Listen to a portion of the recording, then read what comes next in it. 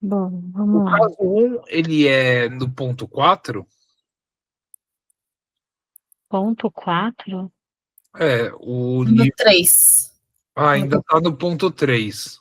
Uhum. Isso, tá no Tá. ponto 3, caso 1, página 22 do PDF. É porque você tá com outro livro, né? Ah, agora achei. Outra versão. Achou? É É ambos depois da os figura casos de de simples. Hammond. O que vocês leram na semana passada, então? A gente leu essa parte do.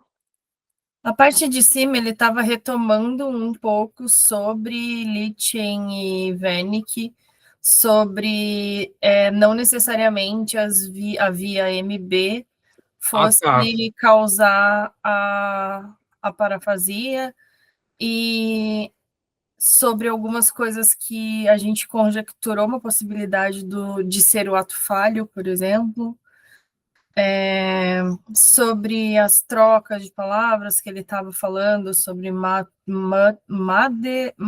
vater, mutter, alguma coisa assim, que as trocas, os sons podem ser percebidos. Então, ele estava retomando No último encontro, a gente A confusão acabou foi minha. tendo Agora eu bastante troca, né? A gente conversou muito, então a gente acabou não lendo tanto texto, mas a gente trocou bastante nesse sentido, né? Dos perfeito. entendimentos e tal. Estava dando uma olhada aqui para cima, que tem umas marcações que eu fiz para tentar retomar um pouco do que foi lido. Mas a gente leu, acho que uma página Uhum. na leitura passada. Foi bem um pouquinho mais trocas mesmo. Entendi. Bom, vamos lá. Caso 1. Quando no verão de 1857, Hammond estava nas Montanhas Rochosas com um grupo de soldados e trabalhadores, um dos trabalhadores, um mexicano, foi golpeado com um bastão na têmpora esquerda e perdeu os sentidos. Quando voltou a si, perdera completamente a memória de palavras, mas não a capacidade de articulação. Ele não conseguia falar por si mesmo, mas quando se lhe diziam palavras, ele as repetia sem nenhum erro de articulação, desde que não lhe dissessem palavras demais de uma vez. A gente estava vendo aquela questão da possibilidade de uma pessoa perder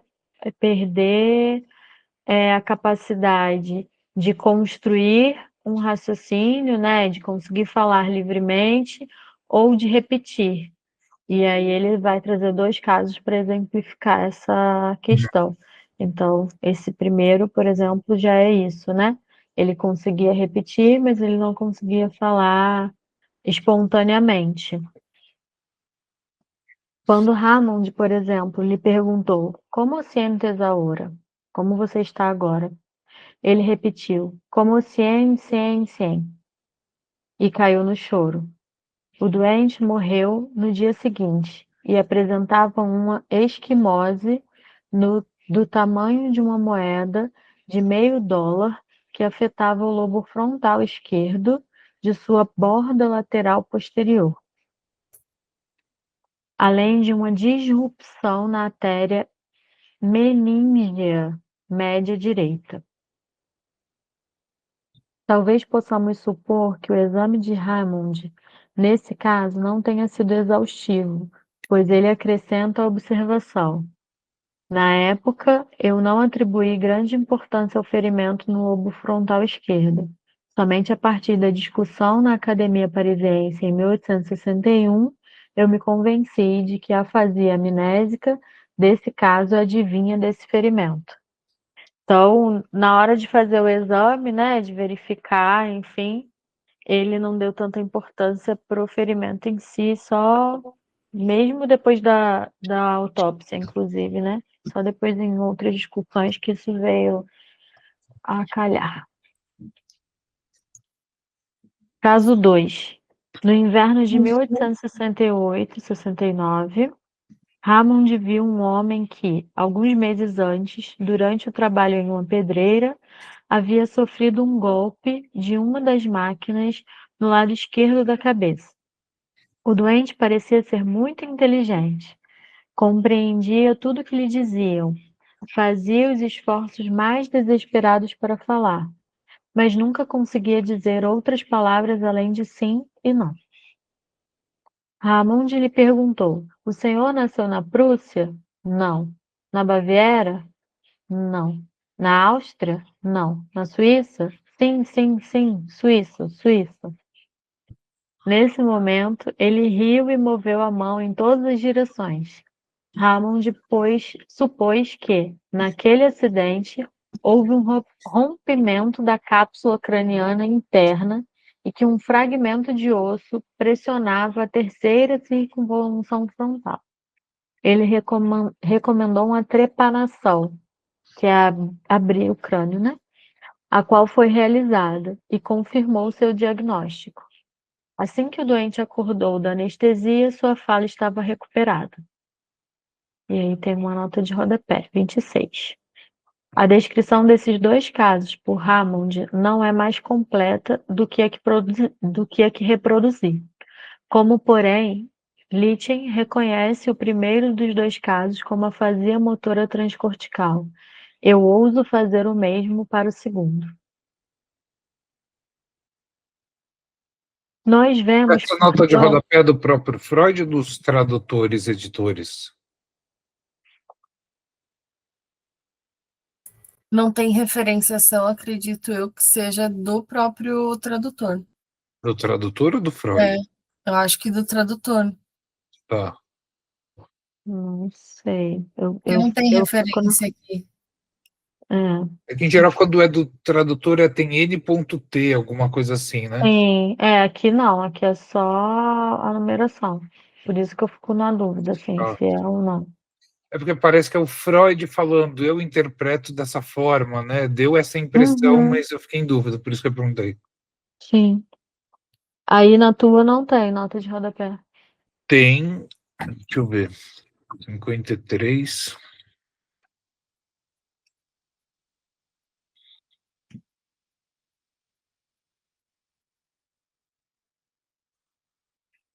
A descrição desses dois casos por Ramon é mais completa do que a que eu cito aqui. Já que Littchen reconhece o primeiro deles como sendo uma afasia motora transcortical, cogito mesmo para o segundo, é do Freud. É do Freud.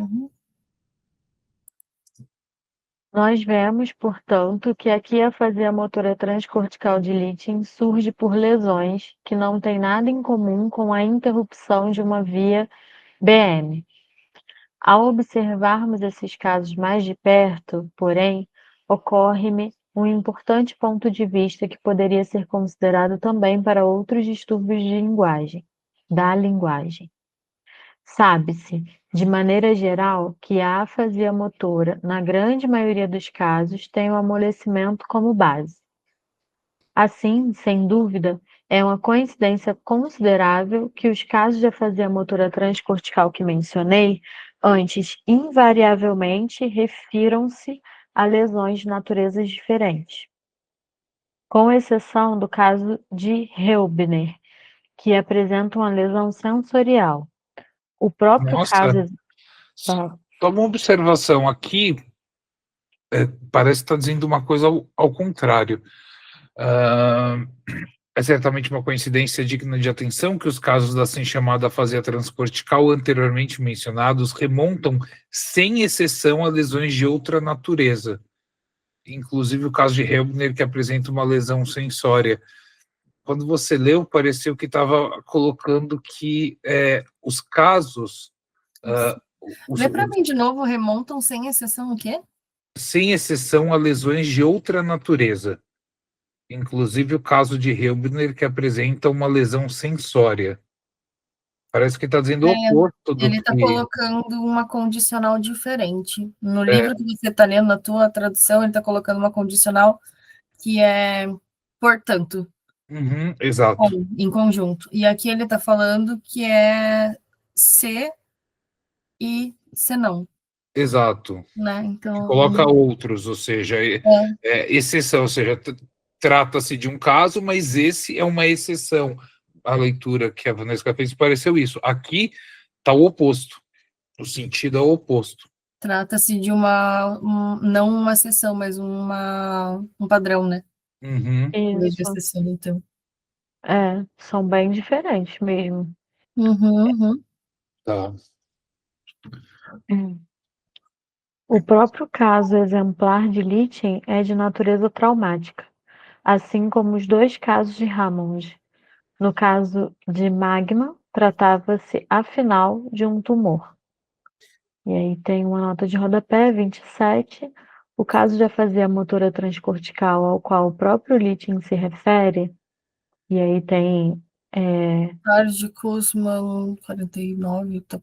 isso, tem a referência, né, de onde ele tirou o caso de afasia do Litchen, apresentou um foco de amolecimento na substância branca à esquerda, próxima da terceira circunvolução frontal esquerda. Nottingham, sei lá, discorda que esse caso isolado comprove a origem da afasia em focos na substância branca, já que a morte ocorreu no 20º dia, período em que efeitos distantes do foco sobre a terceira circunvolução frontal, não necessariamente modificada anatomicamente, não podem ser descartados.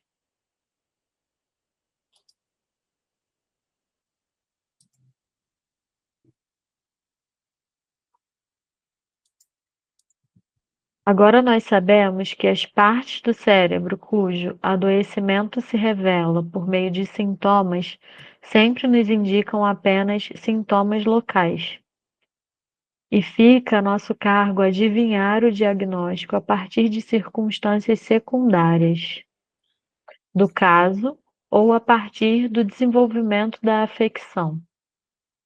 O aparelho de linguagem, no entanto, dispõe de tamanha riqueza de formas de expressões sintomáticas que dele poderíamos esperar que nos revelasse não apenas a localização, mas também a natureza da lesão por meio do tipo do distúrbio funcional. Sendo assim, talvez consigamos um dia separar clinicamente as afasias por hemorragia daquelas por amolecimento e reconhecer uma série de distúrbios da linguagem como característicos de processos específicos do aparelho de linguagem. Então, é uma hipótese, né? Uhum.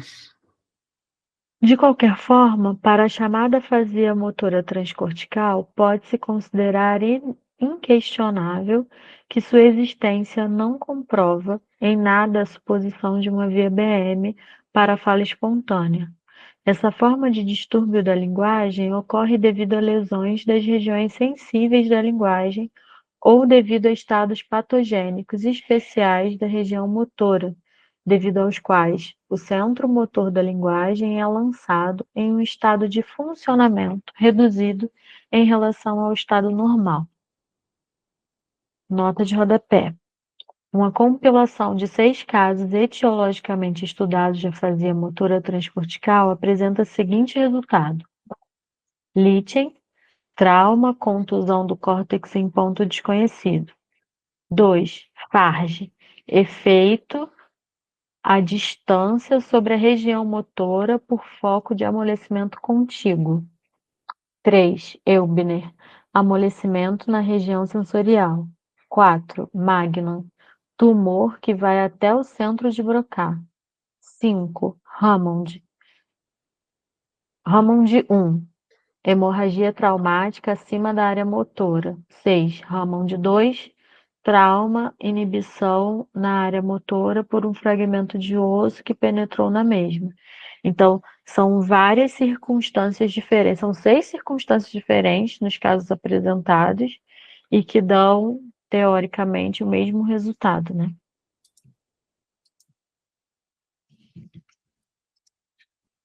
Charlton Bastian, e aí a nota de rodapé é só para dizer qual a citação de qual livro ou qual artigo ele tirou, né? Que fornece a mesma explicação que nós para a chamada afasia motora transcortical de Litchen, diferencia 3 estados de excitação reduzida de um centro.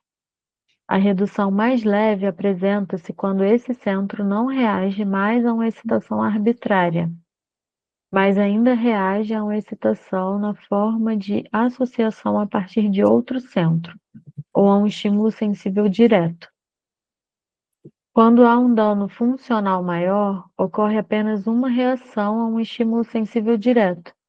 E, por fim, no grau mais profundo, nem mesmo este último surte efeito. Assim, para fazer a motora transcortical, deveríamos supor que o centro motor ainda pode ser ativado por um estímulo sensível direto, enquanto uma excitação arbitrária não consegue mais ativá-lo.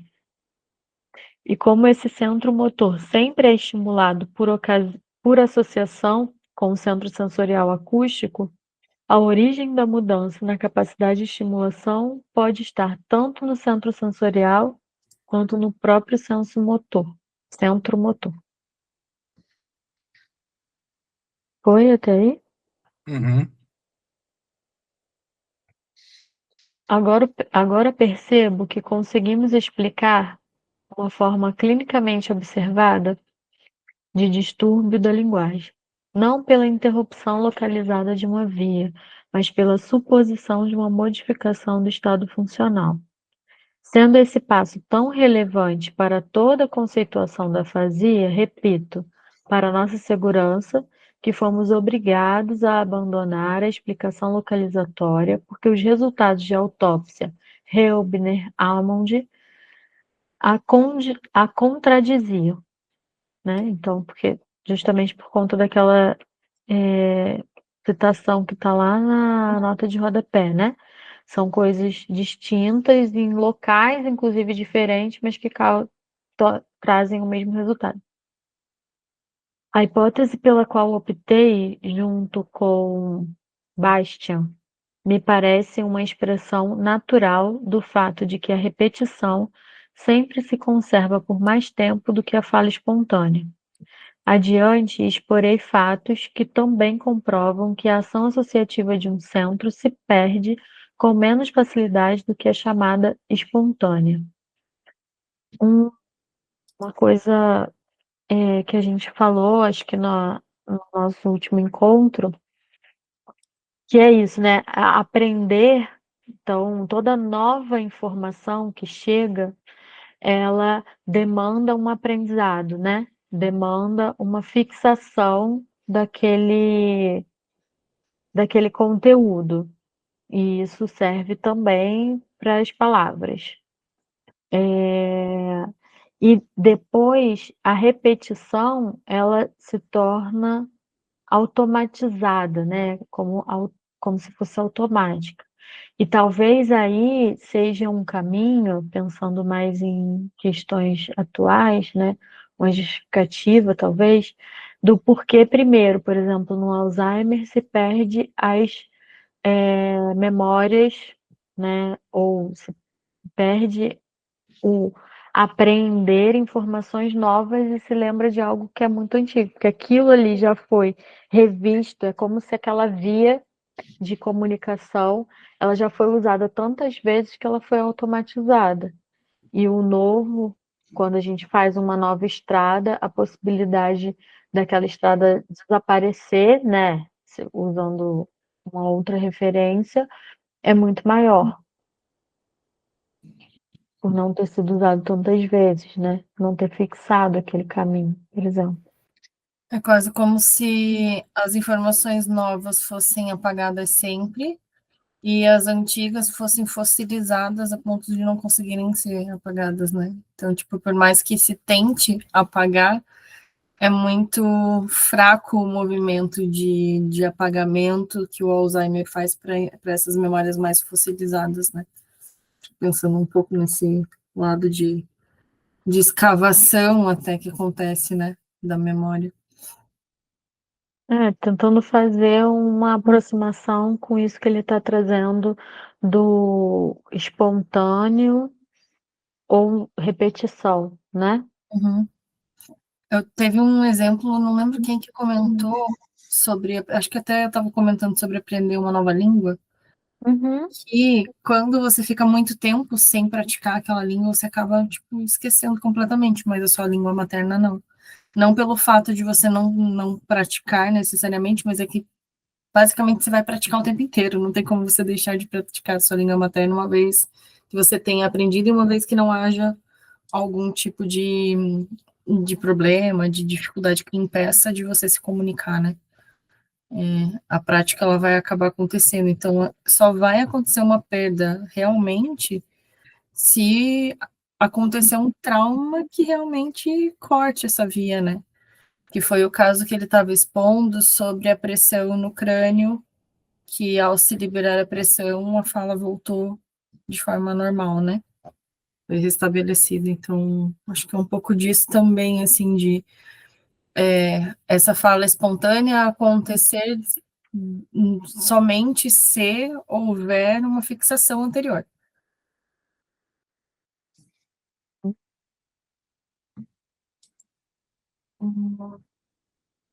A hipótese de Bastian, porém, causa inicialmente um certo estranhamento. Ela se opõe a um sistema de pensamentos que trata lesões delimitadas e seus efeitos como algo que surgiu subitamente, uma redução da excitabilidade em um centro. Pode-se objetar inicialmente? Pode-se objetar inicialmente. Não precisa ser explicada por uma lesão. Ela nos parece um estado puramente funcional.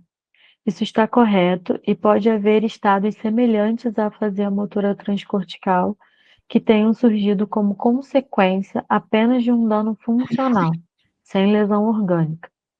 Mas se tivermos maior clareza da relação entre lesão orgânica e distúrbio funcional, temos de admitir que uma série de lesões orgânicas não pode ser revelada de outra forma senão por meio de distúrbios funcionais.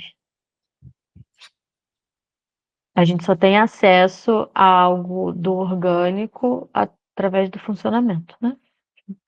E a experiência mostra, pelo menos, né, até esse momento histórico, né? Que não tem. Eu acho que ele está indo até por uma outra via, que é somente através do que é o funcional que é revelado o orgânico. Você só vai descobrir que tem um problema no orgânico quando o funcional é afetado.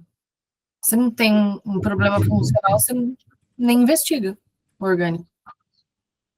Acho que meio que por essa via, assim, que daí faz sentido com até os casos que ele está apresentando, principalmente aquele do crânio, que houve uma dificuldade funcional da fala, e por isso foi investigada a questão de ter um pedaço ali do crânio fazendo pressão. Se não houvesse esse distúrbio funcional, essa investigação não aconteceria. Então, mas eu acho assim, hoje em dia, isso não é mais exatamente assim. Por quê? Por exemplo, você vai fazer um exame por outro motivo, né? Sei lá, qualquer, não necessariamente funcional, por exemplo, se você falar da fala, né? Uhum. Não porque tá tendo algum problema que envolva ali a comunicação, mas você vai fazer um exame e descobre alguma coisa orgânica, e ali, a partir daquilo, existe uma investigação. Hoje, né? No tempo do Freud, não. Aí sim, só no tempo que ele estava escrevendo esse texto, não, Isso. né? Só se iria investigar depois de aparecer algum problema. Mas agora acho que a medicina e a ciência evoluiu a um ponto de, às vezes, não tem um distúrbio funcional, mas se descobre algo orgânico que, obviamente, no futuro vai dar um problema, vai gerar uma questão funcional. E a experiência mostra que essas lesões realmente não causam outra coisa. Há décadas, guiados pelo anseio de utilizar os distúrbios que a prática clínica nos oferece para o conhecimento da localização das funções, nós nos acostumamos a demandar de uma lesão orgânica que ela destrua totalmente uma parte dos elementos do sistema nervoso, deixando os outros completamente intocados, porque só assim ela pode ser usada para os nossos fins. Acho que está aí uma esperança de divisão, né? Entre orgânico, o corpo e o psíquico, por exemplo, né? Talvez assim. A gente espera que aconteça uma lesão orgânica que só seja sistema nervoso abalado. Sei lá, não me veio isso. Apenas poucas lesões preenchem esses requisitos. A grande maioria não é diretamente destrutiva e atrai uma quantidade maior de elementos para a área de seu efeito prejudicial. Além disso, deve-se considerar a relação de uma lesão que causa destruição parcial com o aparelho afetado. Aqui, pode-se pensar em 2 casos que realmente ocorrem. Ou o aparelho apresenta mutilação em partes isoladas devido à lesão, enquanto as partes conservadas do mesmo funcionam de forma inalterada. Ou ele reage à lesão como um todo, de forma solidária, não deixando que se reconheça o não funcionamento de partes isoladas, mas mostrando-se enfraquecido em sua função. Ele responde à lesão causadora de destruição parcial com um distúrbio funcional, que também poderia surgir por um dano não material. O aparelho central da extremidade superior nos mostra, por exemplo, as 2 formas de reação. Se há uma pequena lesão orgânica na circunvolução central anterior, então o seu efeito pode consistir na paralisia isolada, por exemplo, dos músculos do polegar. No entanto, é mais comum que o efeito se revele como uma paresia moderada do braço inteiro. Acho que é uma coisa que a gente já discutiu, eu não sei se foi só eu enquanto estava lendo na primeira leitura, ou se a gente já falou disso aqui no grupo, de que justamente o que Freud está questionando é essa visão de que seria possível, como se a gente conseguisse encontrar a cabeça de um alfinete no cérebro, o lugar, e essa mesma cabeça de alfinete em algum lugar na parte periférica do corpo, né? Então, se isso aqui, se essa parte, esse local está ligado ao dedão, ao polegar da mão esquerda, se eu causar um ferimento aqui, eu vou paralisar apenas essa parte do corpo. E o que a realidade mostra que não é bem assim, né? Que essa parte ela pode, inclusive, ter ramificações para outras partes do corpo, não necessariamente um único local. Seria paresia? A paresia, eu acho que o mesmo é um sinônimo para paralisia.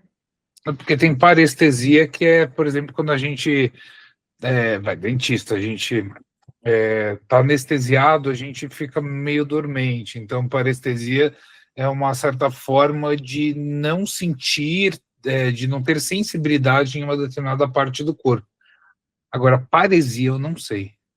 Eu associei com paralisia, né? Mas pode ser outra coisa. Talvez Fraqueza parcial dos músculos, redução do controle motor. É. Obrigada.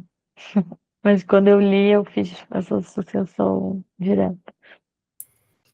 Aqui no que eu busquei aqui, ele busca uma outra tradução que é enfraquecimento, não tipo relaxamento, né? Uhum. Mais parecido com a questão da anestesia que você falou, mais parecido com isso do que necessariamente com um não ter, né? Você tinha comentado de uma não existência, digamos, né? Mas num relaxamento, acho que não anestesiado de fato, mas com um relaxamento maior. Eu acho que a paralisia não consegue mexer um Isso. determinado membro. A paresia é uma limitação dos movimentos e a parestesia é a sensação, sensibilidade. Você até mexe, Que mas ele você traz... não tem aquela sensibilidade igual. né, na parestesia, mas a paresia parece que é uma limitação do próprio movimento, mas não chega a ser uma paralisia. Aqui tem uma frase, um item de uso médico. Refere-se a uma paralisia incompleta, onde há perda parcial da força muscular, mas não uma perda total. Faz Uma sentido. paralisia incompleta. Tipo, não chega a ser uma anestesia, porque acaba sendo uma paralisia completa temporária. Paralisia, ela é não temporária, né? Ela é permanente. E a paresia acaba sendo um estado intermediário, né? Bom. O aparelho de linguagem, então, parece mostrar em todas as suas partes o segundo tipo de reação contra lesões não destrutivas. Ele responde solidariamente, parcialmente solidário ao menos, a uma lesão como essa, com um distúrbio funcional. Por exemplo, como consequência de uma pequena lesão no centro motor, nunca há perda de centenas de palavras cuja natureza dependa apenas da localização da lesão. Sempre é possível se demonstrar que a perda parcial é expressão de uma redução funcional geral desse centro. Aliás, não é óbvio que os centros de linguagem se comportem dessa maneira, e isso vai nos servir adiante para uma ideia bastante definida da estrutura desses centros. Tem uma coisa que eu pensei sobre essa parte específica, sobre a perda de centenas de palavras, cuja natureza depende apenas da localização da lesão. A gente está falando de Freud, que tem uma língua alemã na escrita, principalmente, né? Ele é austríaco, mas tem a língua alemã com bastante força. E a construção das palavras no alemão, elas são muito assim, uma base e seus sufixos formando outras palavras, né? Vai se agregando várias palavras para formar outras. Tipo, Kindergarten, Kinderhaus, Kinder qualquer coisa, tendo Kinder como sufixo, né? Então, não necessariamente isso acontece em outras línguas. E eu acho que assim, foi, sei lá, é bonito até de ver que tenha sido um alemão fazendo, porque isso também derivaria num pensamento de pensar, pô, tem uma palavra aqui, as palavras na nossa língua, elas são desse formato, então, será que não teria uma lesão específica para esse local, porque esta palavra está relacionada a este local? Então, eu não conseguiria fazer todas as outras palavras. Kinderhaus, Kindergarten, Kinder, qualquer coisa, eu não conseguiria fazer. E elas são outras palavras. Na nossa língua é outra coisa, né? Interessante, né? Como a língua alemã, ela própria já é associativa. Exatamente. Então, tipo, é muito, assim, me deu um estalo sobre isso de, cara, talvez muitas das conjecturas que foram feitas a respeito do aparelho psíquico, das associações, de tudo, só foi possível também pelo fato de ser na língua alemã. Fiquei muito com isso na cabeça. Assim. Se a gente fala de uma linguagem, por exemplo, que a gente vai para o francês depois com Lacan, a gente tem a sujeitação, né? O sujeito ele tem esse papel, que daí entra no caso de que só na língua francesa vai acontecer GMOA descrevendo eu. Duas palavras para o mesmo, tipo, existem outras palavras que falam mim e eu, mas daí são duas palavras. No caso do francês é eu e eu mesmo, assim, né? Tipo, eu e eu.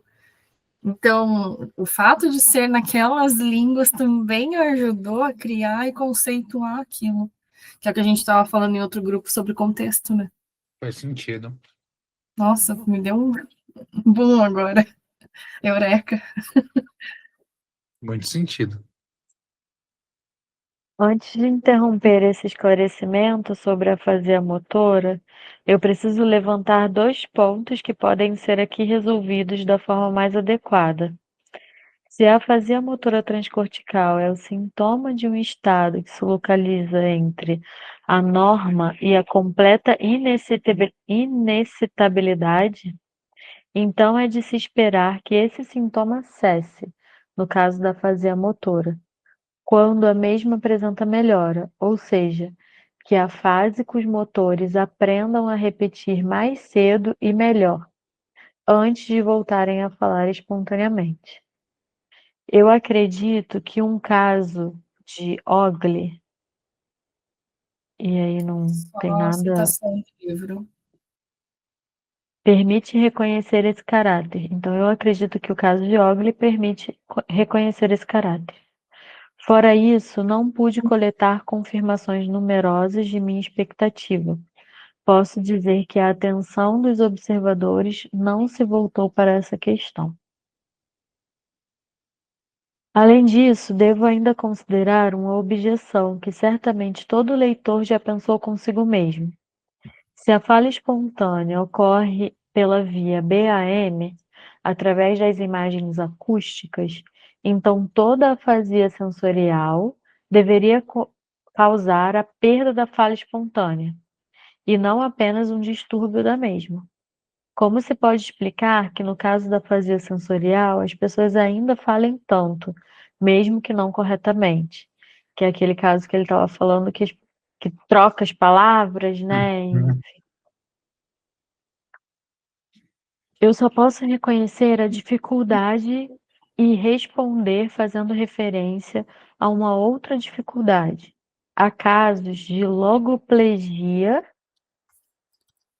eu não sei o que é isso, se vocês puderem pesquisar, suspensão concomitante da compreensão da linguagem e da dicção, nos quais poderíamos ver atendida a nossa exigência de perda da fala espontânea no caso de afasia sensorial. Logoplegia é a capacidade de articular palavras corretamente, então é fazer os vínculos, elos, as relações. Aqui eu sempre procuro pela etimologia, né, para ver se tem algum extra, assim. E ele fala, aqui trazendo que deriva do grego, o que significa, né, palavra do logos, plegia significa paralisia ou golpe, literalmente paralisia da fala, então não necessariamente do aparelho inteiro, né. Logos, palavra, Uhum. discurso, enfim, mas essa ideia de da palavra como uma articulação, plegia, que eu não sei o que é em grego. O que aparece aí para você? Paralisia ou golpe. Tá. Uma espécie de dano. É. Aqui, no próprio excerto que apareceu do Google, ele coloca assim: o termo descreve uma condição neurológica na qual a pessoa perde a capacidade parcial ou total de falar e se expressar verbalmente, também conhecida como afasia motora. Daí ele escreve de novo, que significa palavra ou discurso para logos, e daí para a gente tem uma certa torção nisso, né? Sim. Sim. Então, discurso e plegia, que é paralisia ou um golpe, tipo de dano, né? Uhum. Isso. Um dano no discurso. Então, produzir discurso é diferente de falar, só falar, né? Sim. Então, acho que dá uma torção legal para a gente pensar aqui também. E aí, tendo isso em mente, vou repetir a frase, porque eu acho que agora faz mais sentido. Há casos de logoplegia, suspensão concomitante da compreensão da linguagem e da dicção, nos quais poderíamos ver atendida a nossa exigência, a exigência de reconhecer a dificuldade de responder, fazendo referência a uma outra. Não, a exigência de que as pessoas ainda falem tanto, mesmo que não corretamente, né? Então, por que existe? Uhum. Dúvida. Aí você falou dicção ou aquisição? Dicção, da Dicção, compreensão da linguagem e da dicção. tá. Então faz sentido. Aqui tá por expressão, mas eu fiquei em dúvida. Uhum. Dicção e expressão faz sentido. Ah, tá, por expressão, entendi. Eu achei que tinha uma outra expressão ali no livro. Não, a palavra é expressão. Eles têm como base, no entanto, lesões múltiplas ou estendidas que afetam ao mesmo tempo a região motora e a sensorial. Esses casos costumam se desenvolver clinicamente de forma bastante específica. O distúrbio sensorial melhora e, em um estágio posterior, o doente apresenta um quadro de afasia puramente motora. Pode também acontecer que um caso de adoecimento se manifeste desde o princípio como afasia motora, enquanto se descobre na autópsia que não apenas o centro de Broca, mas também uma grande parte da área restante da linguagem, incluindo o centro de Wernicke, está destruída. Kahler, e aí aqui deve ser só referência de Também onde veio, só o texto, né? Kahler escreveu sobre um desses casos, nada raros, e compilou os restantes. Portanto, sabe-se com certeza de casos de destruição do centro sensorial. Há, sem surdez verbal, pelo menos não permanente, mesmo que toda surdez verbal deva ser relacionada a uma lesão desse centro. Não sei indicar por ora como solucionar essa contradição. Apenas suponho que a sua compreensão traria consigo também a resposta à questão colocada anteriormente, quanto a por que a afasia sensorial nem sempre é seguida da perda total da linguagem. Do ponto de vista da teoria dos centros da linguagem, teríamos de afirmar que a extensão do centro A ainda não é reconhecida com segurança suficiente. Aliás, a afasia sensorial que se apresenta sem nenhum distúrbio da linguagem, com baixo empobrecimento parafásico da linguagem e com alto grau de empobrecimento da linguagem e com deneração, Degeneração, né? Degeneração, né? degeneração, gente, e com degeneração da linguagem até o balbucio sem sentido. Segundo Allen Starr, não é possível explicar as diferenças do dano à função motora a partir de uma localização diversa da lesão na área sensível. Talvez algumas considerações apresentadas mais à frente possam contribuir para o esclarecimento dessa dificuldade. Uma nota de rodapé é só referência também do texto. Continuamos? Estamos indo para 9h30.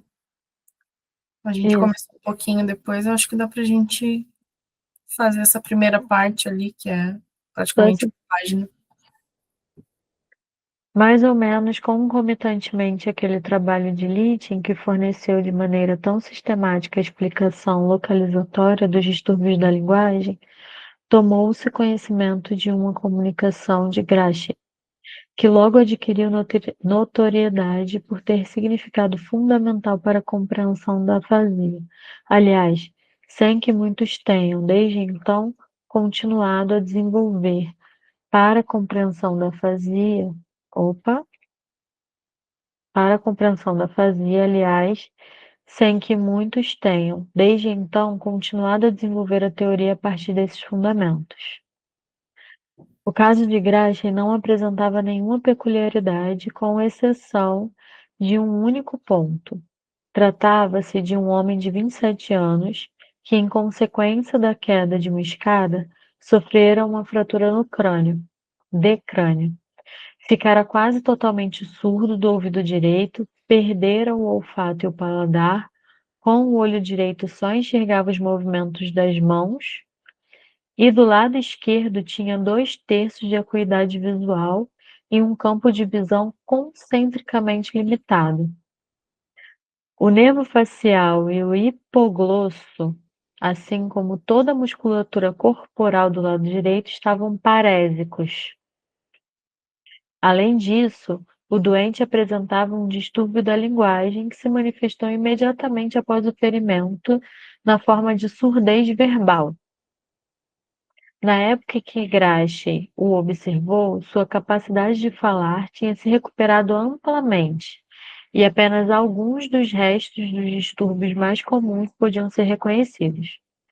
O doente era capaz de falar com coerência, Utilizava todas as partes indiferentes do discurso sem dificuldades, inclusive alguns verbos e adjetivos. Encontrava no fluxo do discurso também alguns substantivos, mas estagnava com a maioria deles, recorrendo a paráfrases. Aquele negócio, por exemplo. Ele reconhecia todo objeto que conhecera antes de adoecer, mas nunca se lembrava de seus nomes. Sua compreensão da linguagem estava intacta.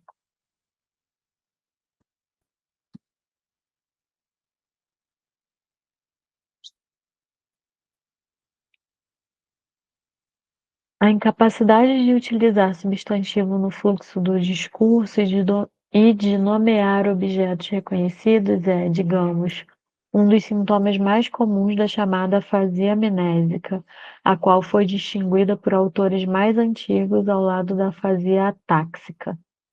A nota de rodapé é só citando que a diferenciação entre a afasia amnésica e a atáxica foi apresentada em 1866 por Sanders. Não tem nenhuma referência de onde que está a diferenciação. Mas eu acho que ele não tinha aparecido a afasia atáxica ainda, né? Ainda não. Primeira vez parece que ocorre no texto esse termo, esse tipo de afasia. Deixa eu dar uma olhadinha aqui. Atáxico, do grego sem, táxis, não, do grego sem, e táxis, ordem.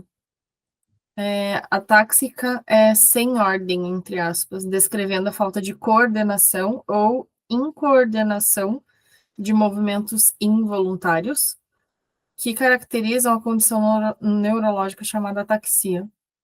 Então, é sem ordem, sem organização, sem coordenação. Juntos, formam o que se descreve como desorganização ou descoordenação dos movimentos motores. Me lembrou um pouco de Parkinson, assim, sabe? Que tem a tremulação que não é coordenada, alguns movimentos ficam mais difíceis de coordenar, não é algo que se, por exemplo, num concentrar-se, você não teria como recuperar, né? Me lembra um pouco disso. Eu fui para um outro caminho, talvez, de, por exemplo, a afasia amnésica, você talvez saiba para que serve, por exemplo, aquele objeto, saiba a utilização dele, mas não consegue nomeá-lo, esqueceu. Essa palavra se perdeu, saiu da memória. Na atáxica, usar as palavras para sentidos que não estão organizados. Então, você acaba nomeando, usando aquele nome, né, aquela palavra conhecida, para uma coisa que não é necessariamente aquilo, sabe? De não ter uma organização, Eu uma vou pegar um construção. exemplo que aconteceu aqui no texto. Por exemplo, você sabe o que é degeneração, você já falou várias vezes, e ali em algum momento, tipo, isso foi suprimido. Então, não necessariamente por conta de uma lesão ou algo, mas algo aconteceu no processo que suprimiu aquilo. No atáxico é muito mais motor, de não conseguir necessariamente fazer. Então, é esse movimento teu o degeneração não foi pelo não reconhecimento daquilo ou não lembrança do que é, mas pelo motor não desenvolver, não ter essa coordenação com a leitura ali e tal. E o amnésico muito mais do tipo, você ter uma memória, uma imagem na cabeça do que é, saber o que é, saber o que você quer dizer, e não vir de jeito nenhum. Não é que existe tipo uma descoordenação no que está sendo falado, mas é que não consegue ser realmente expresso, né? Existe um impedimento maior da lembrança mesmo, né, da memória. Tipo aquela coisa do tá na ponta da língua e não vem. Uhum. Eu acho que a gente pode parar aqui. O que vocês acham? Pode ser. Uhum. por vai hoje. entrar esse esquema, né? E aí ele vai desenvolver. Aí acho que começar e interromper nisso é legal a gente parar antes e a gente já. Tenta, para seguir um fluxo um pouquinho melhor, né? Uhum. Tudo bem, então. Dia 26 do PDF, hoje eu coloco os itens certinho lá no YouTube. Deixa eu parar aqui, tá? Isso.